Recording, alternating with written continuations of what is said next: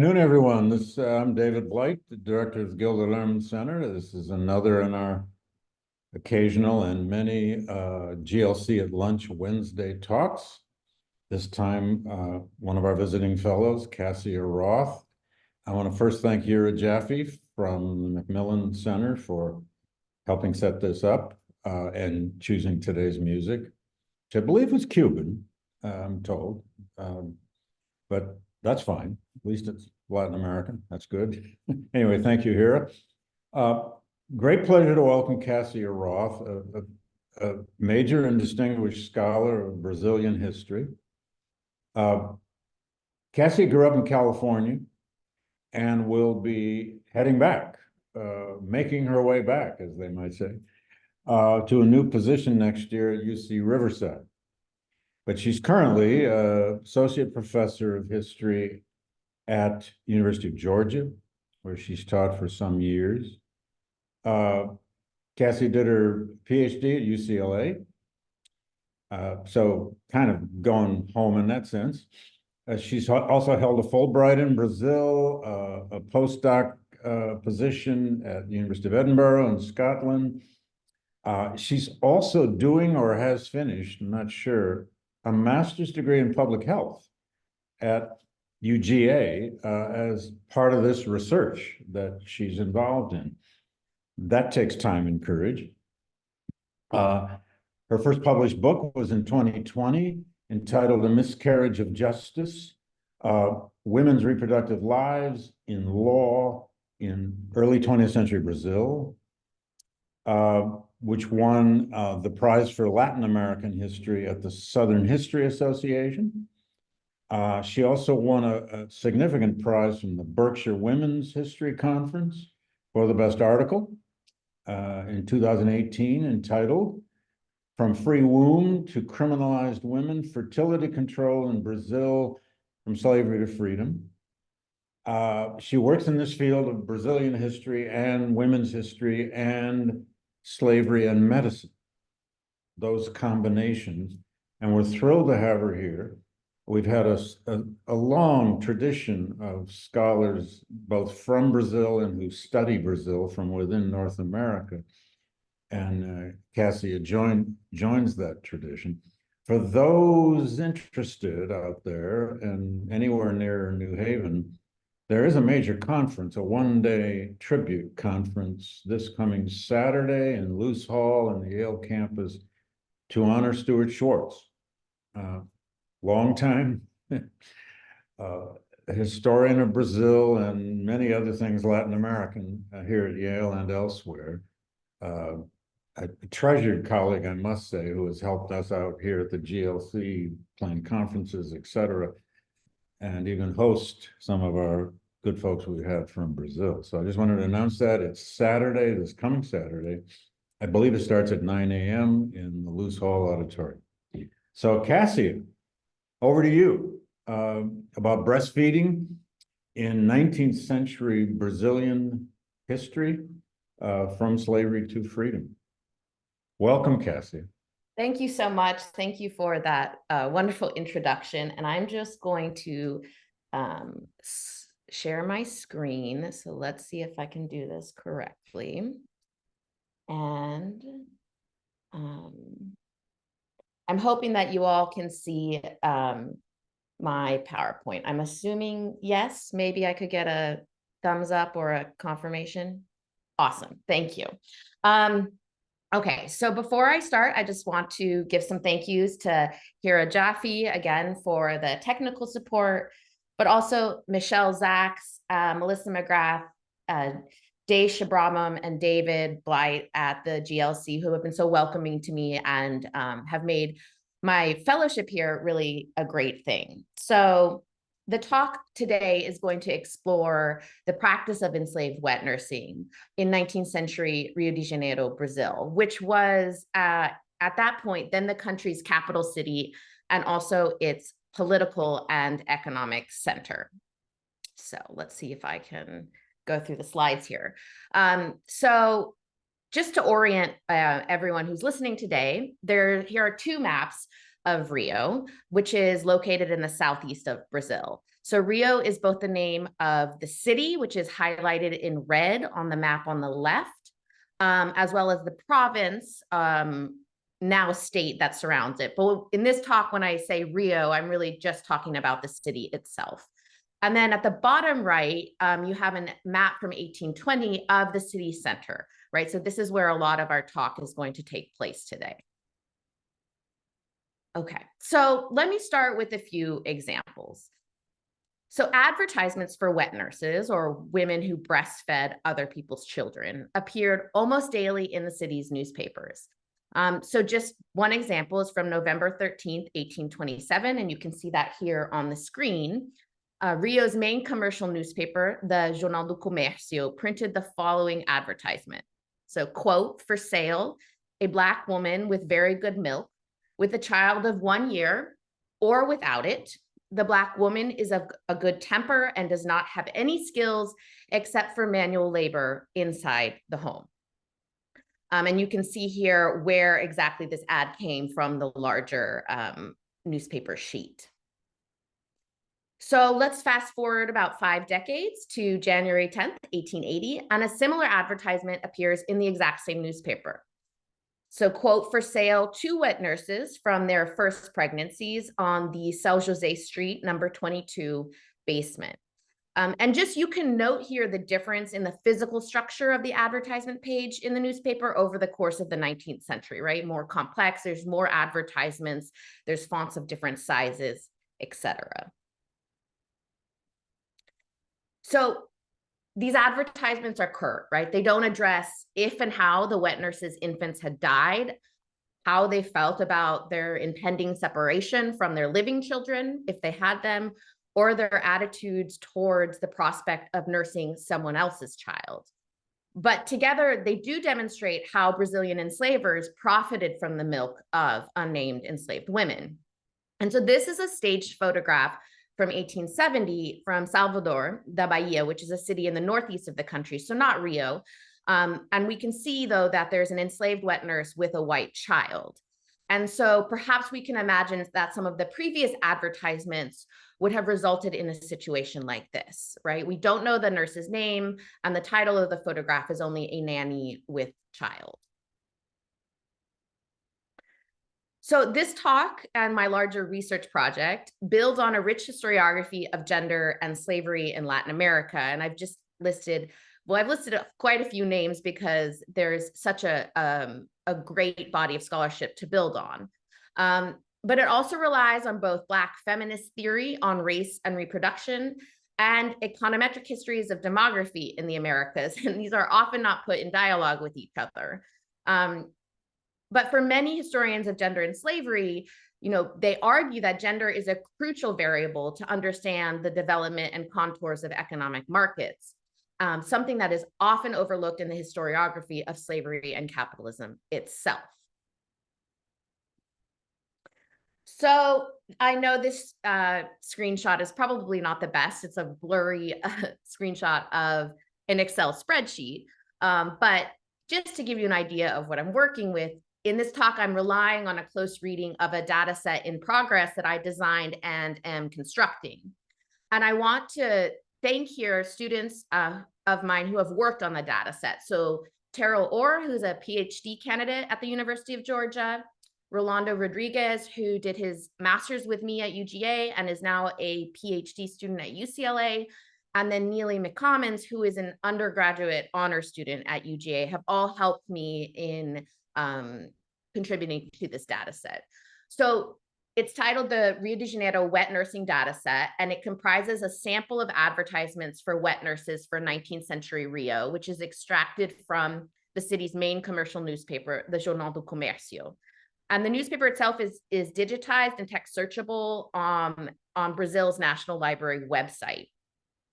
So in the data set itself, I consistently record the address of the enslaver and or nurse and the type of labor contract, so that's sale or rental.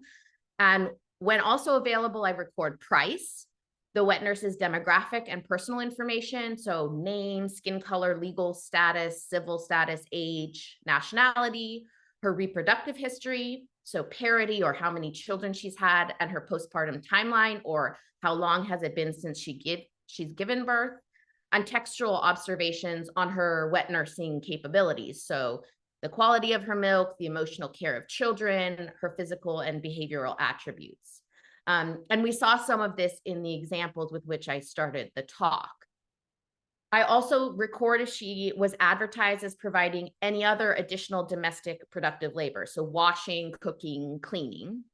And if available, I included information on dependent children, so including the number of living and deceased children and the child's demographic information, age, sex, skin color, and the labor contract. So whether the nurse was being rented or sold with or without her child. And you can see from this blurry picture, right, that there are a lot of blank spaces. So most advertisements did not include all of this information, but I wanted to create as comprehensive a data set as I could.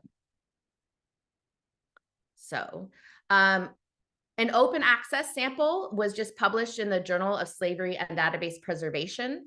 And that is for the year of 1850 only. But when completed, the entire data set will be open access. So these links, if you click on them, they'll take you to the journal article I wrote that describes my methodology and the data set, as well as to the data set and the data dictionary in general. And if you have trouble finding these, you can always just email me and I can give you the link. So the data set builds on existing scholarship on wet nursing across the Americas, and particularly in Brazil, some of the scholars I mentioned here on this slide, to confirm that as a commercial practice, wet nursing was a thriving market in 19th century Brazil, which was one of the largest slaveholding societies and the last country to abolish slavery in the Western Hemisphere, which it did in 1888. And women from all races, classes, and legal statuses participated in the marketplace, whether as elite mothers not breastfeeding their own children, or as free, freed, and enslaved women breastfeeding other women's children. And at times, white immigrant women or poor or middling white Brazilian women whose newborns had died or whose newborns were living also advertised their milk. So the data set also includes non-enslaved women, but the majority of advertisements were for enslaved women. So many of the historians that I've mentioned here have relied on newspaper advertisements to understand this practice and to recreate the contours of this coercive marketplace of mother's milk. And my hope is that this data set makes these sources available to a larger audience and makes them easier to work with than searching the digitized newspapers themselves, and perhaps available to undergraduate students. So now that I'm almost 10 minutes into my talk, let's give you a little roadmap and see if I can actually finish all that I want to talk about today. So I'm going to briefly talk about the history and roots of the commercialization of wet nursing in 19th century Brazil. And then I'm going to explore physicians' approaches toward wet nursing in the city. I then moved to thinking about how sources about wet nursing and this data set in particular can help us unpack the relationship between coerced wet nursing and infant mortality rates, or how can we think about demographic history through wet nursing advertisements. I then engaged in a brief theoretical discussion about how enslaved wet nursing expands our understandings of the reproductive productive paradigm of gendered slavery, and I do so from a social reproductive theory standpoint. And then I'm just going to end briefly with a discussion of the ethics of the use of quantitative sources like this. And yeah, I speak quite quickly, so I'm sorry. That's just part of my, I guess, my modus operandi. So how did a commercial marketplace come to dominate wet nursing in 19th century Rio? So the urban marketplace in Brazil had roots in early modern Europe, particularly France. And this is just a drawing of the Office of Wet Nurses in Paris from 1822, where wet nurses were registered in the city. So on the supply side, poor and working class European women often rented themselves out as wet nurses because of economic necessity. At the same time, they often continued nursing their own children, but high infant mortality rates of the 19th century meant that many nurses often rented themselves out after their own infants had died. On the demand side, middle and upper class women and their husbands sought out wet nurses. So there was the medical understanding that sexual intercourse polluted breast milk through semen. And this, in conjunction with many husbands' desire both to maintain sexual relations and to produce male heirs, was one reason that many middle and upper class women did not breastfeed their children, right? So it's not just women who are involved in these decisions, but actually families, and often these are patriarchal decisions. But in the Americas, including in Brazil, the institution of chattel slavery further shaped the practice, which was based both in these European trends and in West and West Central African breastfeeding practices. So prolonged breastfeeding combined with sexual abstinence after childbirth to achieve birth spacing was a marked part of West African and West Central African culture. And most enslaved people came to the city of Rio from West Central Africa in the first half of the 19th century. And this is just a drawing from a French artist who was in Brazil in the early 19th century of different African, he calls them nations, but just different African language groups and women in the city. So birth spacing, as historian Jennifer Morgan has shown, quote, was one of the few cultural practices transportable from West Africa to the Americas, end quote. And African-born women usually breastfed their children for between 2 to 3 years in 19th century Brazil. So this is from Mary Karash, the historian, but as I've also seen this in the advertisements themselves. So this graph shows the labor contract of different wet nursing advertisements. So what I call the coercive commercialization of wet nursing in Brazil was a mainly urban phenomenon. It was part of the rental model of slavery common in urban centers across Latin America and in the US, where enslavers rented out their enslaved property and lived off of the wages. So in Rio, bondwomen most often were rented out to breastfeed the offspring of other families. And the chart demonstrates the types of advertisements per decade, with blue representing nurses being rented out, or the vast majority, as you can see here, and green representing nurses being sold. And I'm happy to talk more about these differences in the Q&A. You can see also that red, which is a small percentage, are nurses who were advertised for sale or rent. And that sort of yellow marigold color is actually people who were seeking out wet nurses. So they wanted to rent or buy a wet nurse. The market was based on the extreme social hierarchy inherent to the enslavement of human beings. And the coercive commercialization of a private biological act was compulsory for enslaved women in a market that enslavers controlled almost exclusively. So now that we get an idea of the history behind why there was such a marketplace in Brazil, let's move toward what physicians thought about this marketplace. So physicians across Brazil, like their counterparts in Europe and the United States, consistently urged families of the middling and upper classes to breastfeed their own children. So Rio was the home to both the country's first medical association, the Imperial Academy of Medicine, and to one of the country's 2 medical schools. And there, physicians held firm to the belief that enslaved breast milk was both physically inadequate and morally dangerous, and they had this belief over the entire 19th century. So this is just an image of a medical thesis, and all physicians had to write medical theses to graduate from medical school in the 19th century. And the title is The Conveniences of Maternal Breastfeeding and the Inconveniences that Result from the Disdain for This Duty. This was published, in 1838. So physicians viewed enslaved breast milk as carrying diseases such as syphilis, which enslavers allegedly tried to cover up. And in addition to disease, physicians argued that enslaved women's inadequate diets resulted in milk that was not nutritious and thus unfit for white consumption. But second, the medical profession argued that enslaved breast milk contained the sort of specter of quote unquote licentiousness and immorality that many physicians believed, quote unquote, natural to Black and African-born women. So for physicians, the perceived dangerousness of enslaved women's milk went beyond the physical to encompass the moral and emotional. And they thought that enslaved women could physically pass on these moral dangers to white children through milk. And this also persisted across the 19th century. So despite these admonitions, I found in advertisements that physicians actively participated in the marketplace.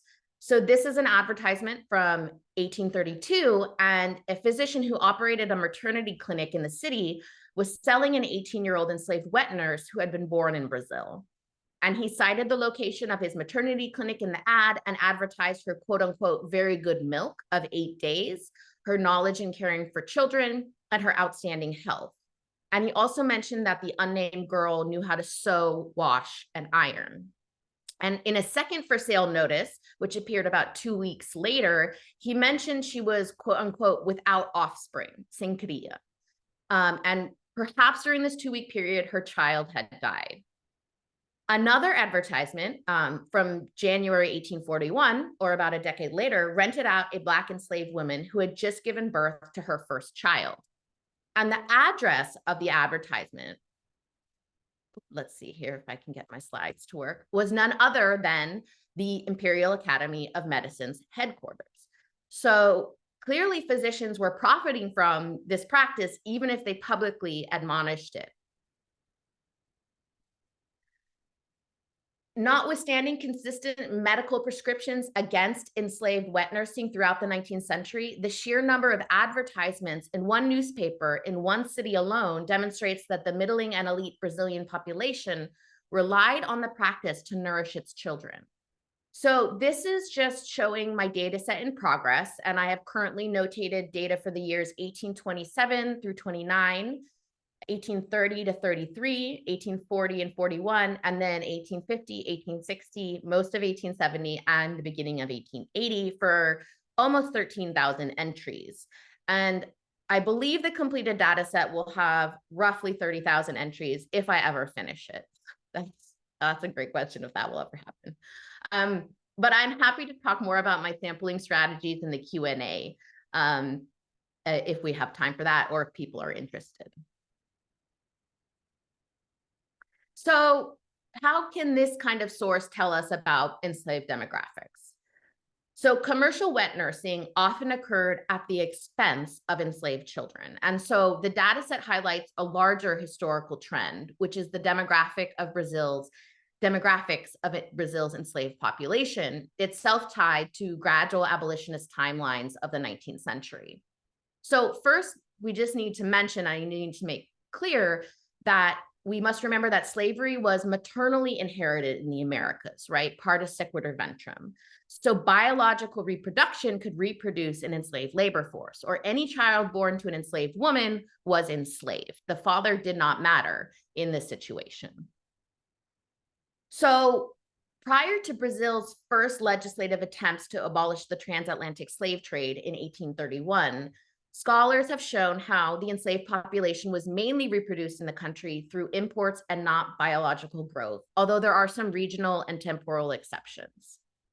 So scholars have found that when enslavers ensured balanced sex ratios amongst their holdings and allowed or even encouraged enslaved men and women to form stable unions, the enslaved people formed family ties and bore children who lived to adulthood.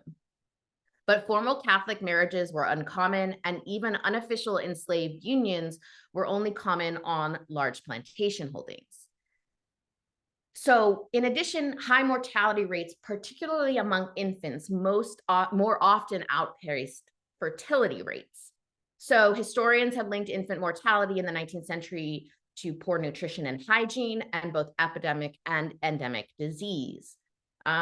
So how can we tie this to the timeline of abolition?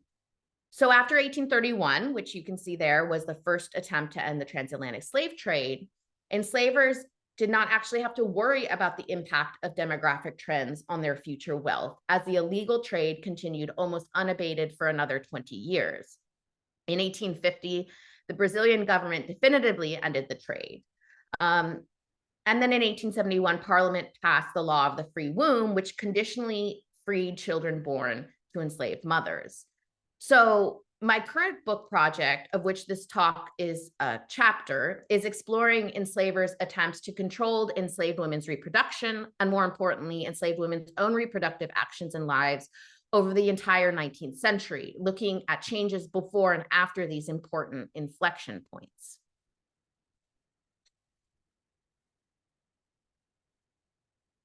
And here I want to include the practice of wet nursing in demographic history. So the renting out of enslaved women as wet nurses was both a cause and consequence of high infant mortality rates. So first, enslavers often rented out enslaved nurses because their infants had recently died, and they wanted to capitalize on the enslaved woman's milk while she was still lactating. So in this sense, wet nursing was a consequence of the high probability of an infant dying in the first week of life. And this was often from neonatal tetanus, in Portuguese, o mal de 7 dias, which was caused by an unsterile treatment of the umbilical cord after birth or by deficiencies in calcium and vitamin D. But at least until an 1869 decree prohibited the separation of children under the age of 15 from their parents, owners could legally separate lactating mothers from their newborns. And this practice could have contributed to high infant mortality rates among enslaved infants, as they often received artificial formula instead or were abandoned at orphanages, which had very high infant mortality rates. And artificial formula was worse for babies than breast milk. And so I just want to make a point here that when you're reading these advertisements, it's crystal clear that enslaved women were reproducing. And it's just that their children were not surviving the neonatal period, which is about 28, it's not about, it's 28 days postpartum, or even their first year of life. And I think sometimes the history on demographics glosses over the fact that conception, pregnancy, and childbirth were central parts of enslaved women's experiences in slave societies across the Americas. Perhaps motherhood or the raising of those children, however constrained that may have been in a slave society, was not. But the fact that the United States was the only enslaved population to experience what demographers call endogenous growth does not mean that enslaved women and men across the hemisphere did not have reproductive lives and experiences worth of study.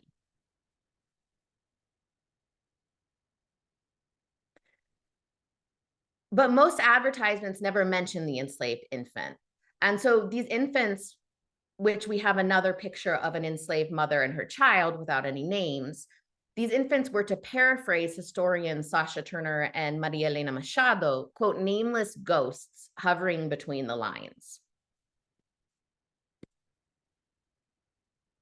So I'm now going to move a little bit toward what I call, or what scholars have called, the productive reproductive paradigm of gendered slavery. So Jennifer Morgan has shown that the larger project of Atlantic slavery marked enslaved women as both producers and reproducers, and enslavers used their bodies for both purposes. So in this line of thinking, I want to highlight that these advertisements for wet nursing underscore how enslavers valued both the reproductive and productive labor of enslaved nurses. So for the dates I have completed, I found a dual emphasis in wet nursing advertisements. And this differs somewhat from historians who have used smaller sample sizes, who have argued that wet nurses only engaged in breastfeeding. But I find something different. I find that enslavers valued wet nurses both for their reproductive labors, or wet nursing, and their productive outputs, cleaning, cooking. And so we can compare this to free or freed nurses' self-advertisements. So sometimes nurses would, if they were free, they would advertise themselves out as wet nurses. And they seldom mention productive labor or that they can do other tasks around the house. And so, part of what I'm trying to do is tying the productive reproductive question to the timeline of Brazilian abolitionist legislation. So the graph that you see here is a percentage of wet nursing advertisements per decade that also mention productive labor. And beginning in the 1830s until 1860, you see sort of a gradual decline. And then again, an increase in 1870s. So does the dip between 1850 and 1860 imply that the enslaver-controlled marketplace valued wet nurses more for their reproductive labor during a period when enslaved reproduction was possibly a way to reproduce the labor force after the end of the transatlantic slave trade? that's a question. Remember, after the end of the transatlantic slave trade in 1850 and before the law of the free womb, 1871, any enslaved children who survived infancy would become the enslaved property, or already were the enslaved property of their owners. So on the surface, I thought this made sense, but really the hypothesis falls apart when we realize that enslaved women weren't reproducing their own children with wet nursing, but that of the white enslaver class. So wet nursing, as we have seen, was detrimental to the survival of enslaved women's own children. So my next sort of line of inquiry is going to be to trace the trends of nurses rented with or without their children across abolitionist legislation. And one trend I have found is that the rental price of a wet nurse who brought her child with her was lower than for a wet nurse who did not have her child with her, right? So that is something that is apparent from the data set. So when I was thinking about this reproductive productive paradigm, I thought of the Marxist feminist theory of social reproduction. So Marx says that social reproduction is the reproduction of the entire capitalist system. And in the 1970s, second wave feminists reworked this idea to classify the unpaid wages that women performed in the home as part of the productive capitalist world order. And this is sort of how the radical idea of modern social reproductive theory derived, which looks at both the home and the workplace as spheres of economic generation. So many feminist thinkers have thought about social reproductive theory. I like the definition from Evelyn Nakano-Glenn, who provides a succinct yet detailed idea of the regenerative sphere, or quote, the array of activities and relationships involved in maintaining people both on a daily basis and intergenerationally. And this includes household chores such as cooking and cleaning, and also maintaining kin and community ties. And we know that this mainly falls on women. Anthropologist Shelley Cohen further nuanced social reproductive theory with the term stratified reproduction. And in this, she discusses how race, class, nationality, and other identity categories intersect to create a, quote, differential experience of reproduction. And she actually includes the example of, quote, enslaved African women laboring as mammies in the antebellum US South, end quote, as an example of stratified reproduction. So building upon these feminist critiques, feminist scholars of slavery have emphasized enslaved women's unpaid work of the social and biological reproduction of a whole new species of human capital. And partis sequitur ventrum, right, or the maternal inheritability of racialized slavery, meant that the female body was always more than just reproductive. And Jennifer Morgan has argued, quote, that an enslaved woman's reproductive potential ensured that her capacity to gestate a child meant that she carried the market inside her body. And I'm arguing here that the reproductive logic of slavery in a society in which the population did not necessarily reproduce itself was not only about reproducing a new labor force, but also about capital accumulation based on the partial use of reproductive capabilities. So the commercialization of enslaved women's breast milk is a perfect example. So for enslaved wet nurses in Brazil, enslavers used the population's reproductive capacities, not to regenerate the labor force, right? Here, human capital, but to create a surplus value through reproductive labor, the renting of a nurse's milk for the owner's profit. And this supported the literal survival of a ruling class. And so this is just an example of this literal survival. We have house slaves with a white family in Brazil, 1860 to 1831. And you can see the patriarch at the start of the line, and the wife with the veil over her head. And toward the back, you can see an enslaved wet nurse with a child wearing sort of a white outfit, right? So the nurse's reproductive capabilities are ensuring that this family survives. So reproductive labor in this sense is actually productive labor. And it's not surprising then that wet nurses were expected to engage in other domestic chores common to enslaved women working within the home, such as cooking and cleaning. So I'm coming to the end of my time here. So I want to just briefly end with a discussion of quantitative sources and the ethics of using them when studying such a violent practice such as coerced wet nursing. And I think Michael Tuck mentioned this and did a great job of talking about using the transatlantic slave database in his previous GLC talk at the beginning of April. And this is something I think about often. So historian Jessica Marie Johnson argues that, quote, data without an accompanying humanistic analysis, an exploration of the world of the enslaved from their own perspective, serve to further obscure the social and political realities of Black diasporic life under slavery, end quote. So when using quantitative sources when studying slavery, we must remember the ultimate goal, and that is to provide the necessary context for humanity. And an example, it's a student of mine who's helped me on this data set, Neely McCommons, is currently putting together a Fulbright application to participate in a community history project in which she takes oral histories of Brazilian women who engaged in wet nursing in the 20th century, because the market continued after 1888. And so I hope that this kind of research can empower other scholars and community members to create their own knowledge. And I hope here I have showed how we can use different methodologies to work with these types of sources, including triangulating sources, using theory, and reading against the grain.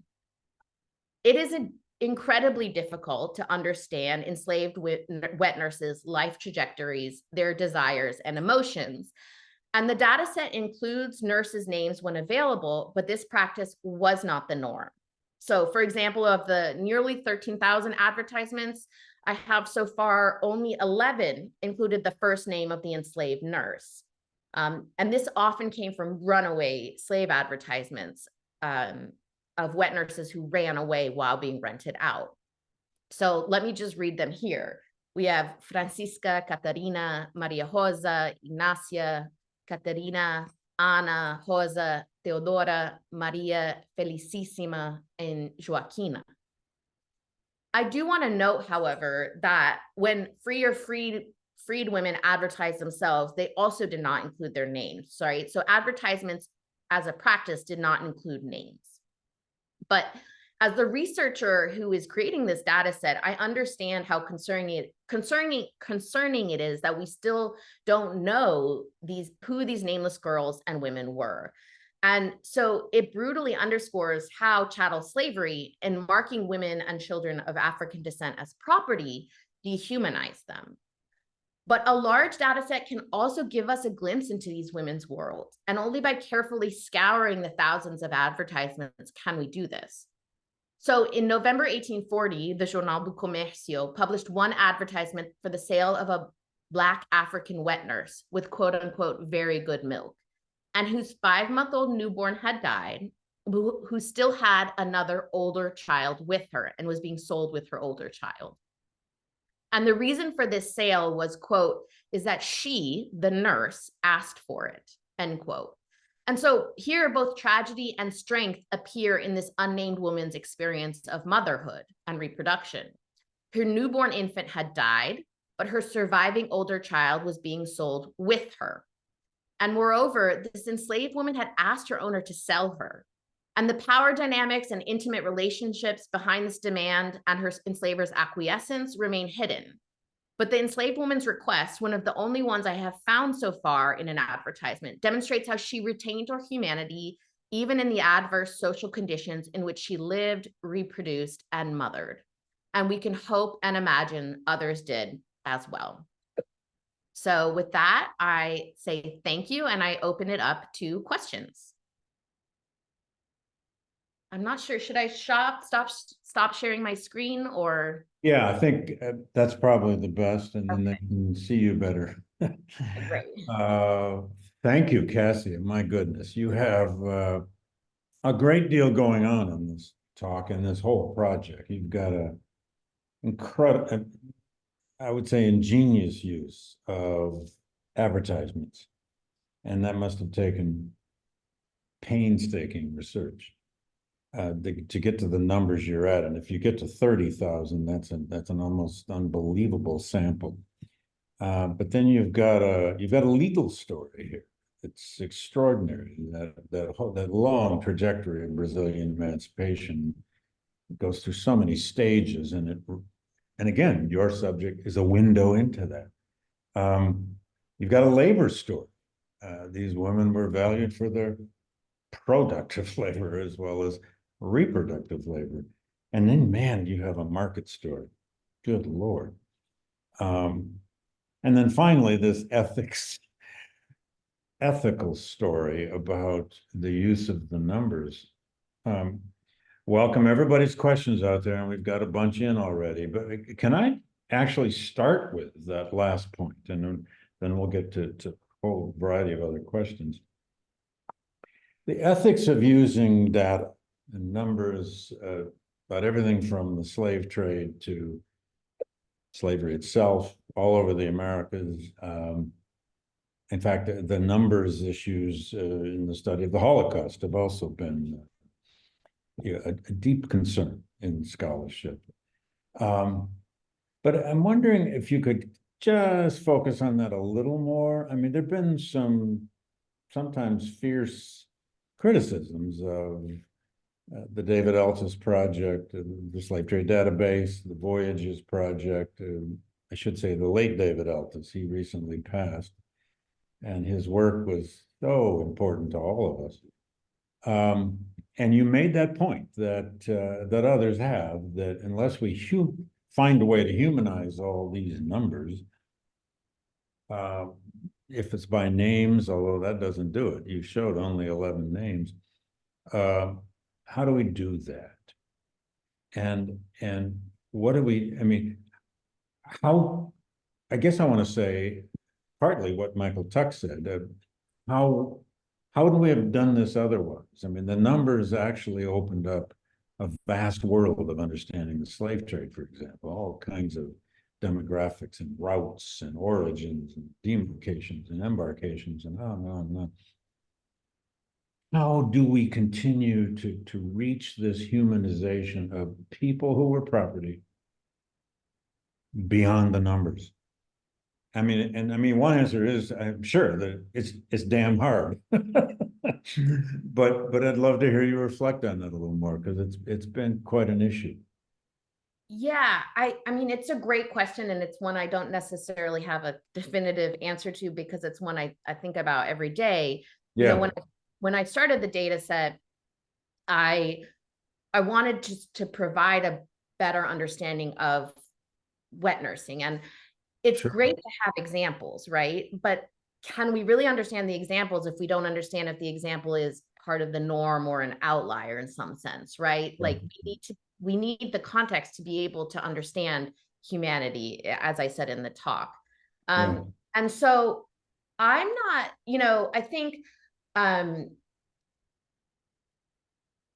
Brodwin Fisher, who's a historian at the University of Chicago, once said, when I was in graduate school, she gave a talk to us, and she said, historians, we just don't have, and I'm paraphrasing here, so we don't have that much data, and we have to use all the data and all the methodologies that are available to us, because we just don't have that much. And so to just say, no, we're not going to use numbers, or no, we're not going to use cultural or qualitative sources, is doing ourselves a disservice. And I think that something like the Transatlantic Slave Database is amazing, right? And if that's not there, incredible achievement of modern scholarship. Right. How can we, as historians, community members, ancestors, better understand it? This is something that's required for us to understand. So I guess my non-answer is that I don't see a problem with quantitative sources. I think that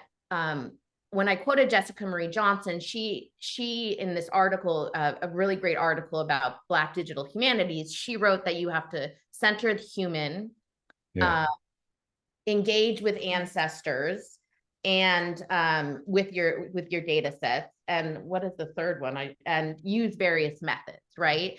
And I think those are admirable, right? Like, I think that's the way to go about it. I sort of take her example as something as how we go forward. And I'll just say, we can't all do all of that, right? Like, we only have a span of so many years.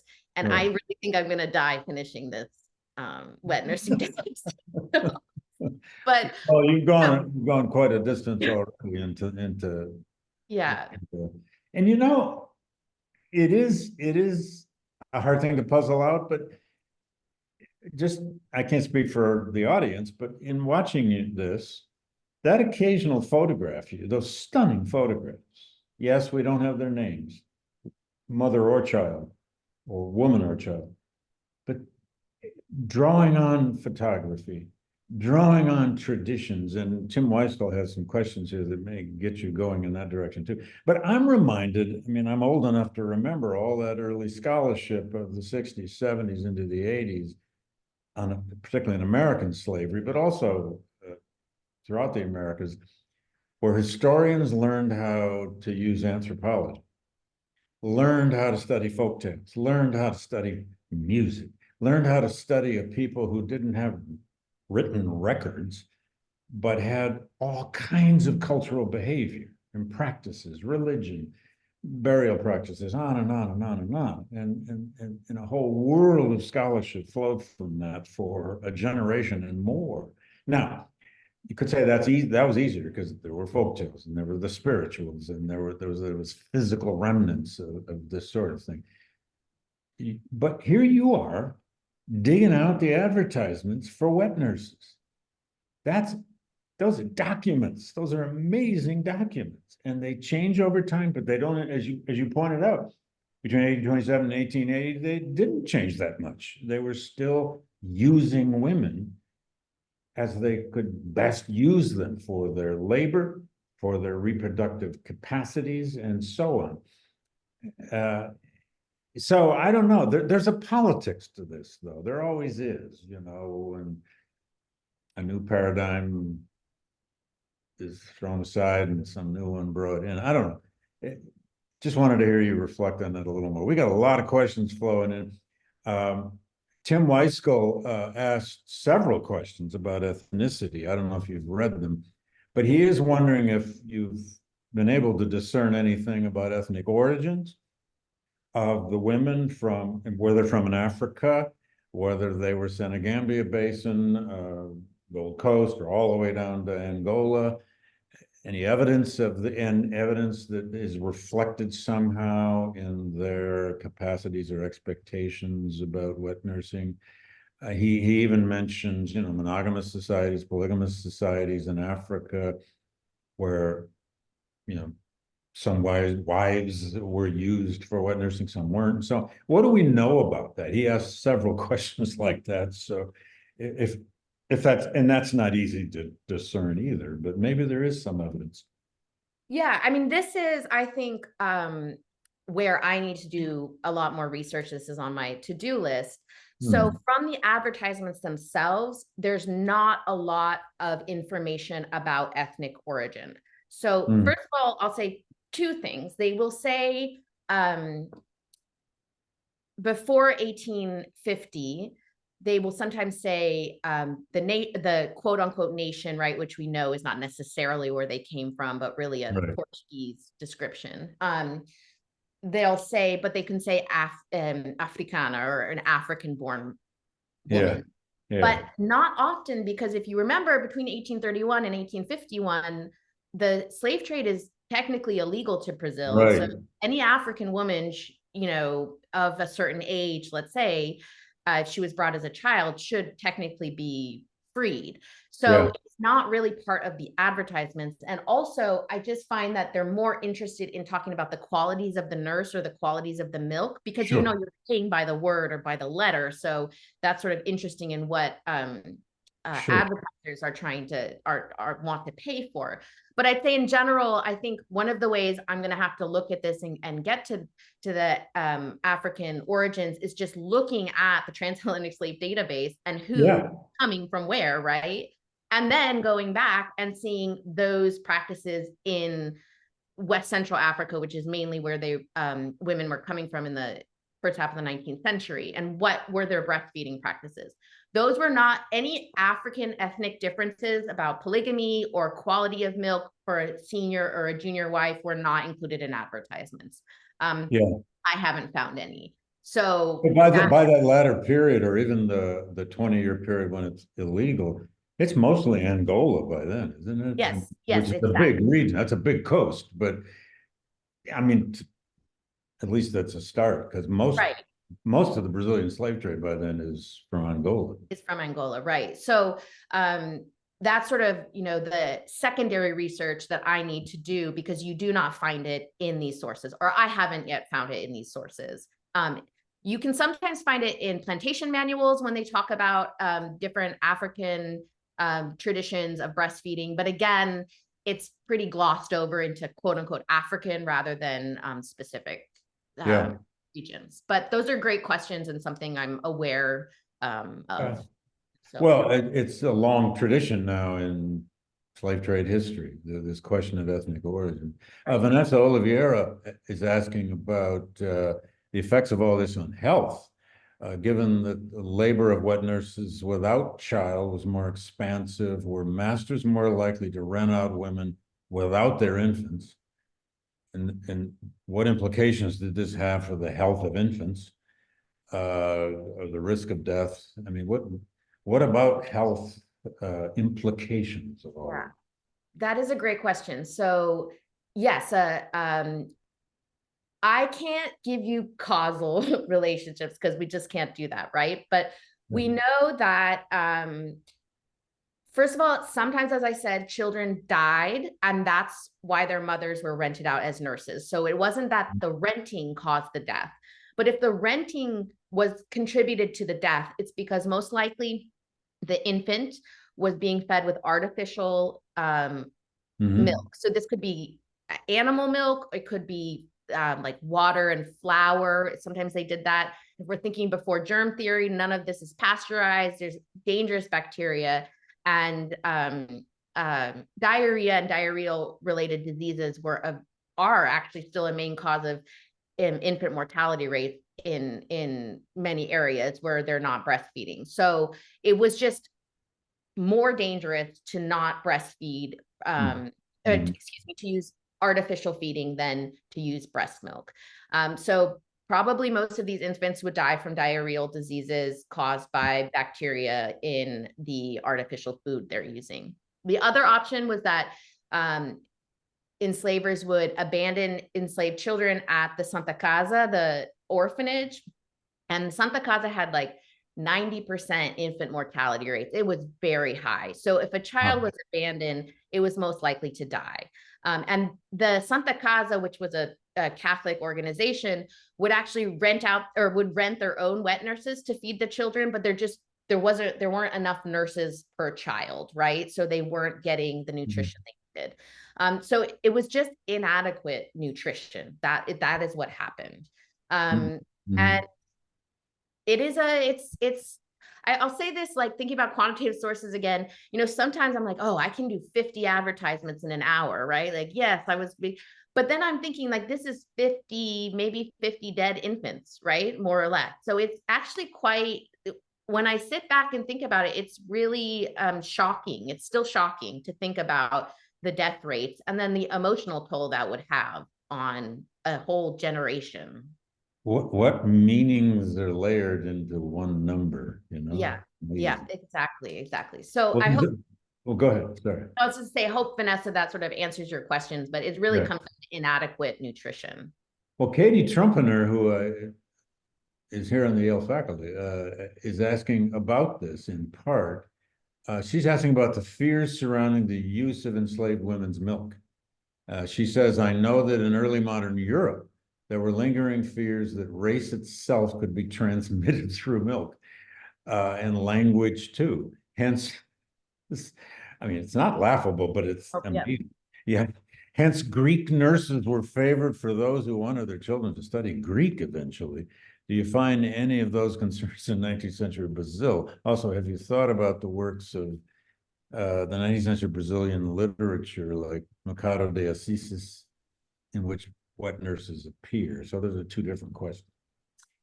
Yeah, so there is definitely the fear that what physicians thought was associated with being first African born and then Black or African descended could be transmitted to children, but not race itself. I haven't found that yet. I'm not saying it didn't exist, but from my findings, it's more of the cultural and social practices surrounding African women than race itself. In the first half of the century, it is really about African descended practices that could be given to children. And then in the second half of the century, it's sort of, as slavery is, as abolition is occurring gradually, it's less about African descended practices and sort of the vices of slavery itself. So in some sense, physicians were a little, they were abolitionists in the sense that they viewed slavery and not being born on the African continent as the problem, if that makes sense. So there is that. Slavery itself was polluting systems. Yes, exactly. Yes. So you see that in a lot of places. So I didn't see necessarily race, but you also have to remember that Brazil was a mixed race society, right? And many politicians for a very long time. Yes, and like Kelly's book on Race in Another America, which is a great sociological book, but a lot of politicians in the 19th century were of mixed race descent. So there just wasn't the same scientific approach to racial mixing as, let's say, in the United States. Not that there weren't nuances to that, right? There always are, but and then the literature, absolutely. I'm a bad historian where I just go to the novels at the very end for like nice anecdotes, so you can critique me for that. Oh, but, we've all done that. Yeah. So, but absolutely, it was. I mean, it was such a ubiquitous part of people's lives that I think it's kind of hard for me to imagine, because no one breastfeeds anyone else's child anymore. That's just not acceptable. But it was normal, and so of course it's going to appear in literature as well. So thank you for those great questions. Addie Van Dyke is asking, well, a number of things, but particularly she asked if, and advertisements can't exhibit everything, obviously, but have you found any kinds of evidence of resistance by the women who become wet nurses? I mean, I think she's probably asking, what choices do these women have? Did they embrace this because it was a quote unquote job, or did they, are there ways you can imagine your way into this world of resistance? I don't know. Yeah, I think that's a great question. So, the historiography initially on wet nursing was that wet nurses were manumitted at higher rates than other domestic slaves, and definitely higher than, let's say, plantation slaves. And this was seen as that wet nursing could be a positive experience for the nurse herself, because the children she nursed would often then manumit her later in life. We're making serious revisions to that. They could have been manumitted at higher rates, but one, at least in an urban setting, I'm seeing a rental market. I'm not seeing an owner market. And two, at what expense did this manumission come? Because there's a child that's being neglected, whether the child died or not, but it's the enslaved infant. So just to nuance this idea of like manumission as the ultimate definition of a better experience under slavery, right? So resistance in and of itself, I mean, this agency resistance debate, the pendulum is always swinging back and forth. Yeah, we always have to, land on it.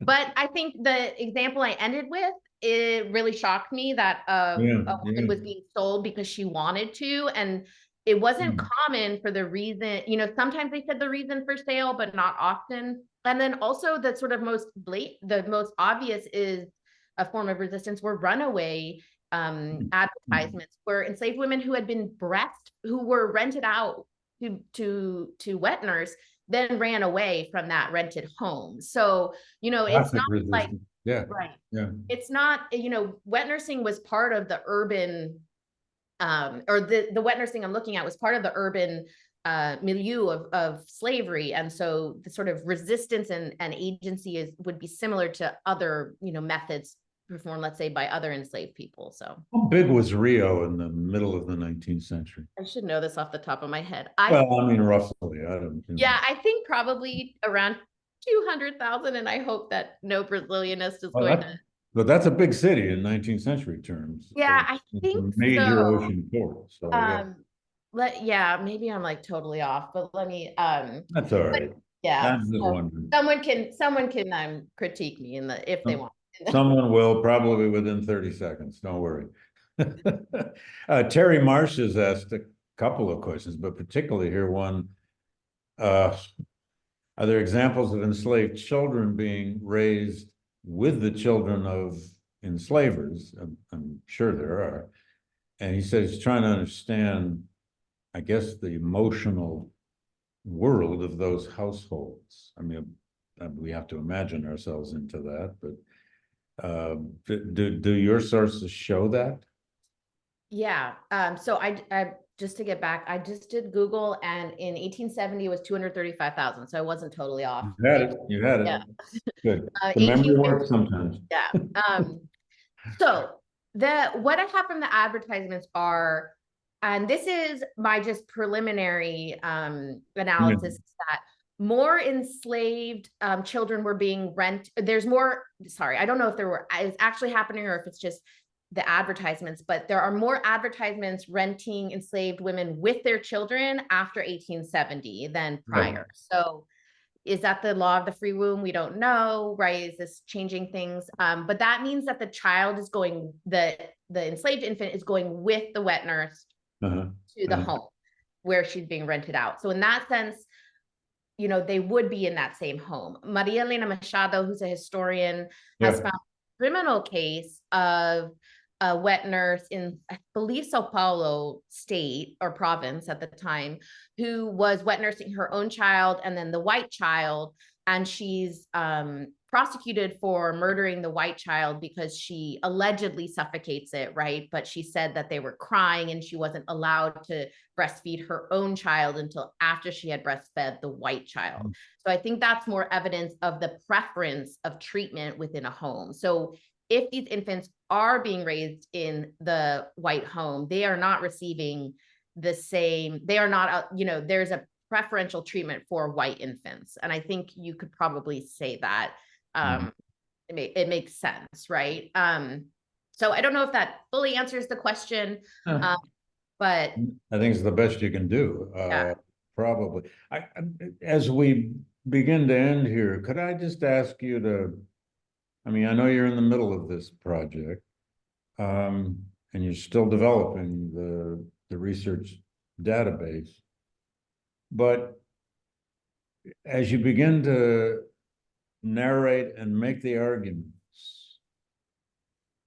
is this ultimate, and you don't have to choose, this can be an argument about four things at once, but is the argument mostly about the way this worked as a market, which is hideous, horrible, but the whole of slavery was a market? Is it this use of gender, this use of women's bodies and reproductive capacities that becomes the central argument? Is it a labor story? With at the same time, this is Brazil, not the United States, which is a very different sort of society, much more mixed race. You got that free womb law that's in place for quite a long time, changing the population, making a more free. I'm just wanted you to think out loud a moment of how you will end up molding all this together in a single narrative. That is a great question. So Well, it's what we do eventually, exactly. And I'm in that point where I'm like in the weeds. I can only see the trees, right? When you tell your graduate students, I like, understand. I forest. like the weeds because you don't Yeah, have to come out of them and do this. right. So I think overall, the book, what I'm trying to argue is that, one, we need to take gender seriously as a variable in any economic history. And I mean that in terms of, are we looking at women of reproductive age in pricing when we're looking at changes in enslaved pricing, right? Because it matters, and it really hasn't been done that much. But to do that, we also have to take into account, as you said, the use of women's bodies. And it is a political story because the coercive use of these bodies is political and has implications for today, right? So, I'm making a big leap here, but when we're thinking about things like reproductive injustice or reproductive justice, and we use slavery as an example, that does resonate in many ways today. And so I'm very careful that this always has a political aspect to it, even if that's not the main argument I'm trying to make. There's a line that's maybe not unbroken, but there's a line here in the legacy of absolutely, yes, down to today. Yeah. And I'll just say that I think this chapter is going to be about the market and the coercive aspect of the market. So this idea of the legal history, the timeline, that's going to become more of a hopefully a chronological sort of narrative, where this chapter is actually a century-long chapter, but the other chapters are chronological, if that makes sense. So I'm sort of sure. Yeah. Well, actually, one last little thing. I found your point about the medical doctors in that hospital. Yeah. Fascinating. I mean, it shows you how complicated this is. They were denouncing slavery itself in some ways, eventually. Right. But also using enslaved wet nurses because they needed them. What do they do with all the newborns and so on and so on? So it shows that world of horrible contradiction at the heart of the system. And I'll just say it's interesting because midwives also participated in this. And there's it's been sort of. Which is a profession. I mean, it's. Yeah. Right. But it's also, the past, not anymore, but let's say in the 80s, there was this historiography that saw midwifery as like men took over from obstetrics and gynecological and childbirth practice in the 19th century, and they intervened, they made it patriarchal. And if we could only get back to midwives, it would be this wonderful thing. And this is not what I'm seeing. I'm seeing midwives who are just as implicated in the economics of slavery as physicians, right? So I cut that from the talk because, it would have been way too long, but. No, I mean, there was that era when midwifery was going to save us from ourselves or something. Right. Yeah. One last question here from Christine White. Culture Project, amazing. She says she's too late for a question, but no, she's not. She's interested in how you define productive and reproductive labor. She just wants you to focus on that for a moment. Some of the tasks you mentioned, cleaning, cooking, et cetera, are considered or can be considered, she says, reproductive. So anyway, she's wondering how you make that distinction. It is always as clear as it seems. Yes, it's not. And I think that that is a great question. And Sylvia Frederici's argument is important to me. But I think what I started first thinking about was some advertisements were just focused on the wet nurse, and some also said, oh, well, she can also do this, that, and the other. And I thought, oh, that's an interesting, there's something going on here. And so I defined productive labor in that sense is anything that was not breastfeeding the child. So cooking, absolutely. Now, of course, social reproductive theorists would argue that that's all reproductive labor, right? Like someone has to do this labor at home so someone can go out and in this Marxist framework. In this study, I was talking productive was anything not breastfeeding. Now you could quibble with that. And I think in general, what I found is that breastfeeding, wet enslaved breastfeeding, the social reproductive theory and Marxist theory just doesn't work because that's basically my conclusion. So I'll probably take it out, is that I see this practice as so complicated and so not of the world that social reproductive theorists were thinking about in the 1970s, for example, that it doesn't really fit, right? And so I started because I really have found social reproductive theory to be fascinating. But the more I've gone into the data set, the more I'm like, I think I might actually have to move away from trying to force this theory to force the sources to fit the theory, if that makes sense. So right now you're seeing me sort of move away from it. Well, to many historians in the audience, that's music, I would think, to their ears. I mean, you're a good historian. I think what I heard you say there is sometimes when you put theory out ahead of the evidence, theory stumbles. It does. Yeah. And that's what I'm finding. But I will say that like it's still helpful, right, to know the theory. Oh, It just sure. right. But it just I'm like, okay, the real world didn't fit. So Well, there's a reason we're creatures of evidence from the real world when we can find it. exactly. So Sometimes our students or our audiences need to be reminded of that. So I think you just gave us a brilliant reminder. Okay, I mean, I think we've mostly covered all the questions and we've kind of run over our Cassie, this was terrific. thank you so A much. window into your work in progress and your reflexive honesty about what you know and don't know is actually impressive. It's well, I mean, it is. This is not easy research, but it reveals a great deal.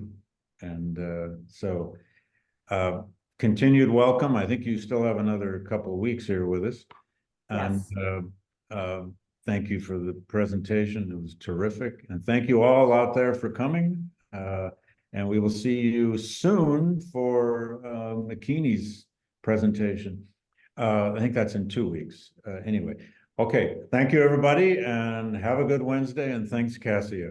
Thank you, everyone. Thanks for the questions and thanks, David. You bet.